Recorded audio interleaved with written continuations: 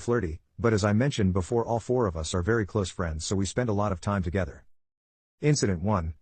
Brooke and I have early classes, so we're gone by 8 a.m. Derek and Alexis start in the afternoon, so it's not unusual for them to leave together, though they usually take separate cars. One of these days, I decided to wait for Alexis outside of her class so I could surprise her with lunch. I watched everyone shuffle out of the class, but Alexis wasn't with them.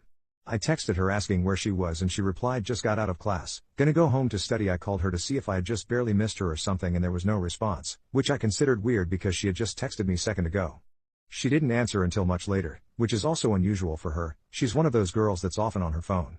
I ran into Brooke later in the day and she mentioned in passing that Derek had stayed home sick, she was going to bring him soup, blah blah. At the time, I didn't think much of it. When I got home later that night I noticed Alexis' car was in the exact same spot. She usually parks in guest parking because our unit only has 3 spaces, as a result her car moves a lot.